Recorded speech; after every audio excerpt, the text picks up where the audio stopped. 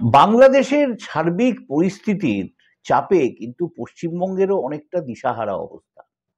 বাংলাদেশে সংখ্যালঘুদের ওপরে যেভাবে অত্যাচার চলছে, যেভাবে সমস্ত ভিডিও ভাইরাল হচ্ছে সমাজ মাধ্যমে, তার থেকে কিন্তু আতঙ্কিত আমরা। দেখা যাচ্ছে ওখানে সংখ্যালঘুদের ওপরে মারধর, ধর্ষণ ইত্যাদি নানা ধরনের আক্রমণ নেমে এসছে এবং সেটা কিন্তু লাগাতার চলছে। আজ বলে নয়, হাসিনার অপসারণের পর থেকেই সেদেশে সংখ্যালঘুদের ওপরে অত্যাচার শুরু হয়েছে। তার প্রতিবাদে হিন্দুরা, সংখ্যালঘু অন্যান্য সংখ্যালঘু সম্প্রদায়ের মানুষ তারা কিন্তু একত্রিত হয়ে বারবার আন্দোলন করেছেন। এমনকি এমন দাবি উঠছে যে আমাদের দেশ এই বাংলাদেশ, আমরা এটা ছেড়ে যাব না, আমাদের যতই চাপ দেওয়া হোক না কেন। কিন্তু দেখা যাচ্ছে কার্যত এই জিহাদিরা যারা এই অত্যাচার করছে তারা কিন্তু বাধ্য করছে হিন্দু সম্প্রদায়ের মানুষকে, বিভিন্ন সংখ্যালঘু সম্প্রদায়ের মানুষকে বাংলাদেশ ছেড়ে চলে যাওয়ার জন্য। তারা এখন বাংলাদেশের জাতীয় পিতার নাম পাল্টে দিয়েছে। সেটা এখন মোহাম্মদ আলী জিন্নাহ, পাকিস্তানের যিনি উদ্ভাবক শেখ মুজিবুর বাংলাদেশের জাতির পিতা নন। ভালো কথা, জাতীয় সঙ্গীত পরিবর্তন করার চেষ্টা হচ্ছে বা হয়ে গেছে এতদিনে। তার সঙ্গে সঙ্গে যেটা হচ্ছে, ইউনূস সরকার কিন্তু কার্যত এই জেহাদিদের ওপরে, বিশেষ করে জামাতি ইসলামী সম্প্রদায়ের মানুষদের সঙ্গে কিন্তু কাছে কিন্তু আত্মসমর্পণ করছেন। এবং এই আত্মসমর্পণের জেরে কি হচ্ছে, যে দেখা যাচ্ছে যে সরকার যেন নেই, গোটা দেশে যেন কোনো সরকারই নেই, একটা নৈরাজ্য চলছে, যে যাকে পারছে ধরে মারধর করে দিচ্ছে, ধর্ষণ করে দিচ্ছে, অত্যাচার করছে। এবং এটা অবশ্য স্বাভাবিকভাবেই হিন্দু সম্প্রদায়ের ওপরে, সংখ্যালঘু সম্প্রদায়ের ওপরে এই আক্রমণ নেমে আসছে। যে সমস্ত ভিডিও ভাইরাল হচ্ছে তাতে নারীর আত্মচিৎকার, ভারতের পতাকা বিছিয়ে তার ওপর দিয়ে যাওয়া, এই সমস্তগুলো কিন্তু আমরা দেখতে পাচ্ছি। এর কতটা সত্যি কতটা মিথ্যে আমরা জানি না, কিন্তু এর সামান্য কিছুও যদি ঘটে থাকে তাহলেও কিন্তু রীতিমতো উদ্বেগজনক।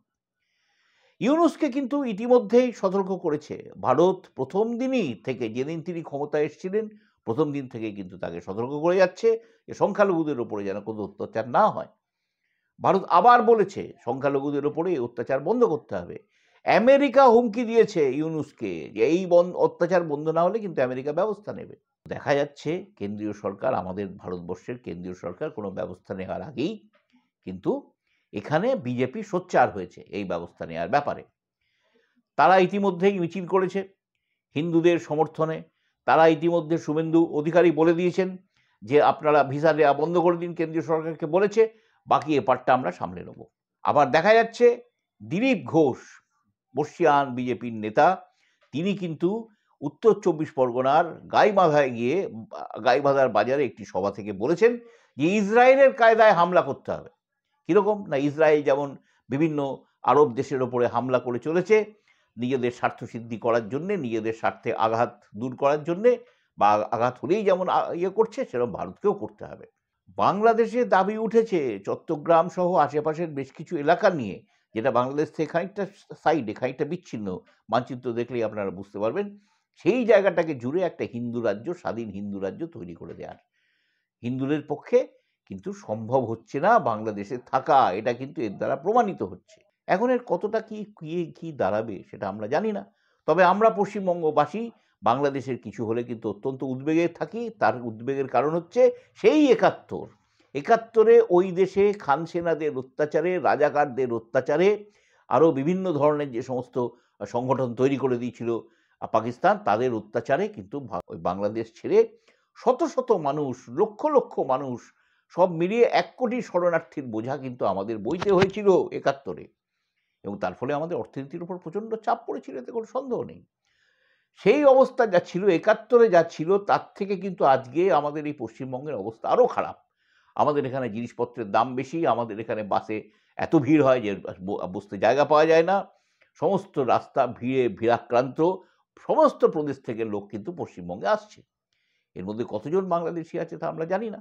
তবে এটা কিন্তু ঠিক যে বাংলাদেশিরা সীমান্ত পেরিয়ে শান্তির জন্য, দুমুঠো নিশ্চিন্তে ভাত খাওয়ার জন্য কিন্তু এই দেশে চলে আসছেন। এবং তাদের চাপে এই পশ্চিমবঙ্গের অর্থনীতিও কিন্তু দোদুল্যমান অবস্থায় পৌঁছে যাচ্ছে, বা কিছুদিনের মধ্যে আরও যেতে পারে। এই পরিস্থিতির মধ্যে কিন্তু আমাদের এটা আমরা সহ্য করতে পারবো না, খুবই সত্যি কথা। আমাদের এখানে এখনো পর্যন্ত বাংলাদেশের এই হিন্দুদের অত্যাচারের ওপরে সরকারিভাবে সরকার পক্ষ অর্থাৎ তৃণমূল সেভাবে সোচ্চার না হয়নি। আবার ইতিমধ্যে কিন্তু আমরা আরও একটা বিপদ যেটা দেখতে পাচ্ছি, যে বাংলাদেশিদের আসা যদি বন্ধ হয়ে যায় চিকিৎসার জন্যে, যেটা বলা হচ্ছে যে চিকিৎসার জন্য ভিসা দেওয়া বন্ধ করে দিতে হবে, তাহলে কিন্তু আমাদের স্বাস্থ্যক্ষেত্রের ওপর একটা প্রচণ্ড চাপ পড়বে, বেসরকারি স্বাস্থ্যক্ষেত্রের ওপরে। কেননা আমরা জানি যে পশ্চিমবঙ্গের মানুষ রোগ বালাই হলে আমরা সাধারণত যাই ওই সব দিকে, দক্ষিণের দেশ রাজ্যগুলিতে আমরা যাই চিকিৎসার জন্যে। এখানে যে সমস্ত চিকিৎসা হয়, যে সমস্ত বড় বড় বেসরকারি হাসপাতাল খোলা হয়েছে, তাতে রোগী কারা? বাংলাদেশিরা।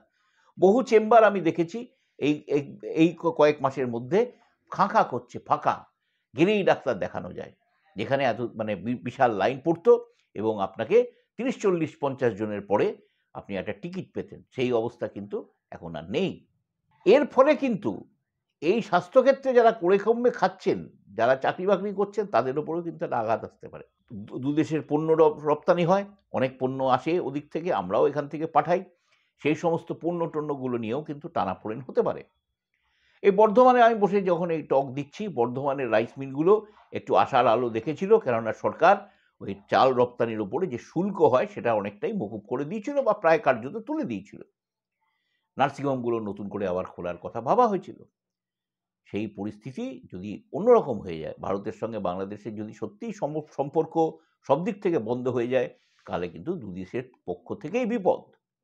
মানবিকতা কিন্তু প্রতি মুহূর্তে পদদলিত হচ্ছে বাংলাদেশে। আমরা যে সমস্ত ভিডিও সমাজ মাধ্যমে দেখতে পাচ্ছি, তার অনেকগুলি কিন্তু গা শিউরানো, যেটা আমি বলেছি। এই ভিডিওর সত্যতা আমরা কিন্তু যাচাই করতে পারছি না। সে দেশের সংবাদপত্র এই ব্যাপারে অনেকটাই চুপ। তার কারণ হচ্ছে যে সংবাদপত্রের উপরেও এর আগেই দমনপীড়ন নেমে এসেছিল। এই পরিস্থিতি, যে পরিস্থিতিটা একটা অরাজক পরিস্থিতি, এটা কোনো দেশে চলতে পারে না, কোনোভাবেই এটাকে কিন্তু মেনে নেওয়া যায় না। এবং এই এশিয়ার যদি ভারসাম্য রাখতে হয় ঠিকঠাক মতো, যদি এইভাবে ব্যাপারটাকে আমাদের দেখতে হয়, তাহলে কিন্তু আমরা একটাই সমাধান এটার বলছি, সেটা হচ্ছে হাসিনাকে সেদের ফিরিয়ে দিতে হবে। এবং ভারত সরকারকে সেই 71-এর মতন, মানে বিজেপি নেতারাও বলছেন, আমরা বলছি না, বিজেপি নেতারাই বলছেন যে 71-এর মতো ইন্দিরা গান্ধী যে পদক্ষেপ নিয়েছিলেন, নরেন্দ্র দামোদর মোদীকেও ঠিক সেই রাস্তায় হাঁটতে হবে এবং হেঁটে তাকে সেইখানে হাসিনাকে আবার পুনঃপ্রতিষ্ঠিত করতে হবে। মনে রাখতে হবে, হাসিনাকে কিন্তু আন্দোলনের পরিণতিতে দেশ ছাড়তে হয়েছে। এর মধ্যে অনেক ষড়যন্ত্র থাকতে পারে। হাসিনার হয়তো লোকেরা অপসারণভাবে চায়নি, তারা হয়তো অন্যরকম চেয়েছিল, তাদের ওপরে হয়তো এক ধরনের এই আন্দোলনটাকে বিপথে নিয়ে যাওয়া হয়েছিল। আমরা জানি জামাতের বিভিন্ন ছাত্র সংগঠন, জামাতের নিজের মানে নিজস্ব দলের কর্মীরা, তারা সব এখানে নেমে একটা হিংসাশ্রয়ী আন্দোলনকে তৈরি করেছিলেন। এই পরিস্থিতিটা কিন্তু খুবই উদ্বেগজনক অবস্থায় দাঁড়াচ্ছে। যে পরিস্থিতি আগে হয়েছিল বাংলাদেশে 71 সালে, যে পরিস্থিতি দেখা দিয়েছিল, আজকের পরিস্থিতি তার থেকে কতটা পার্থক্য আছে আমরা জানি না, কি পার্থক্য আছে। কিন্তু আমরা তো এখান থেকে দেখতে পাচ্ছি পরিস্থিতি খুব উদ্বেগজনক। শুধু আমাদের জন্য নয়, গোটা এশিয়ার জন্যও কিন্তু বাংলাদেশের এই পরিস্থিতি উদ্বেগজনক। নমস্কার। এই ভিডিও যদি আমাদের ভালো লেগে থাকে, আমাদের লাইক করুন, শেয়ার করুন, সাবস্ক্রাইব করুন, বেঙ্গল পলিটিক্সকে এগিয়ে নিয়ে যেতে সাহায্য করুন।